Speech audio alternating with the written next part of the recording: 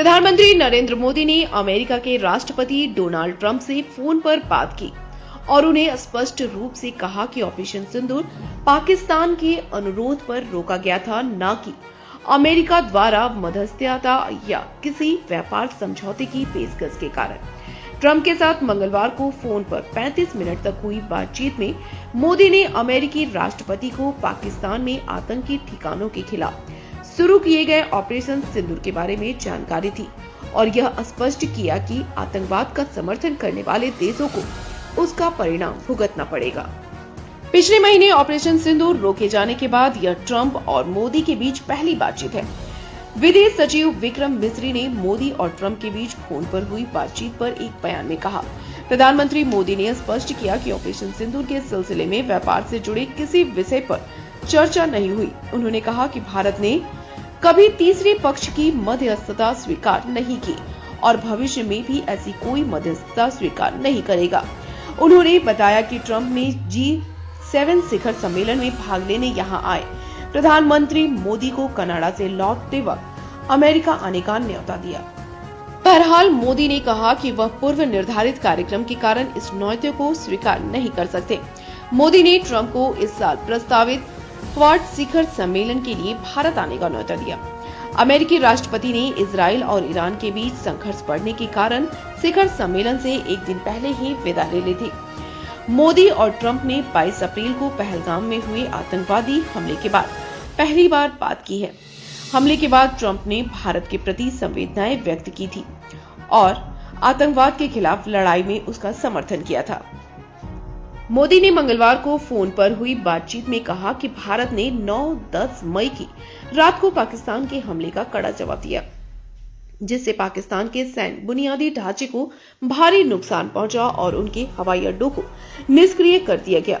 प्रधानमंत्री ने ट्रंप को बताया कि भारत की कड़ी प्रतिक्रिया के कारण पाकिस्तान को उससे सैन्य अभियान रोकने का अनुरोध करना पड़ा।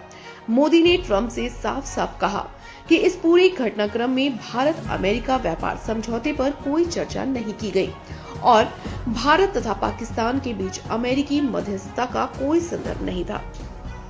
उन्होंने स्पष्ट किया कि भारत और पाकिस्तान ने सीधे बातचीत के जरिए और पड़ोसी देश के अनुरोध पर सैन्य कार्रवाई रोकने का निर्णय लिया था।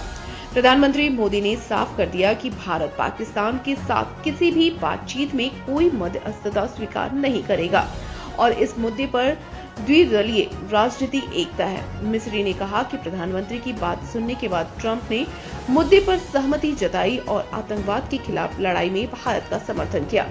विदेश सचिव ने कहा, मोदी ने ट्रंप से कहा कि अब से भारत आतंकवाद का क्षय नहीं बल्कि युद्ध की कार्रवाई मानेगा और ऑपरेशन सिंदूर अब भी जारी है। मिस्री ने बताया कि मोदी और ट्रंप का G7 शिखर सम्मेलन के इतर मुलाकात करने का कार्यक्रम था, लेकिन अमेरिकी राष्ट्रपति के शिखर सम्मेलन से समय से पहले विदा लेने के कारण यह बैठक नहीं हो पाई। उन्होंने कहा कि ट्रंप ने मोदी से बात करने पर जोर दिया, जिसके बाद फोन पर बातचीत कराई गई।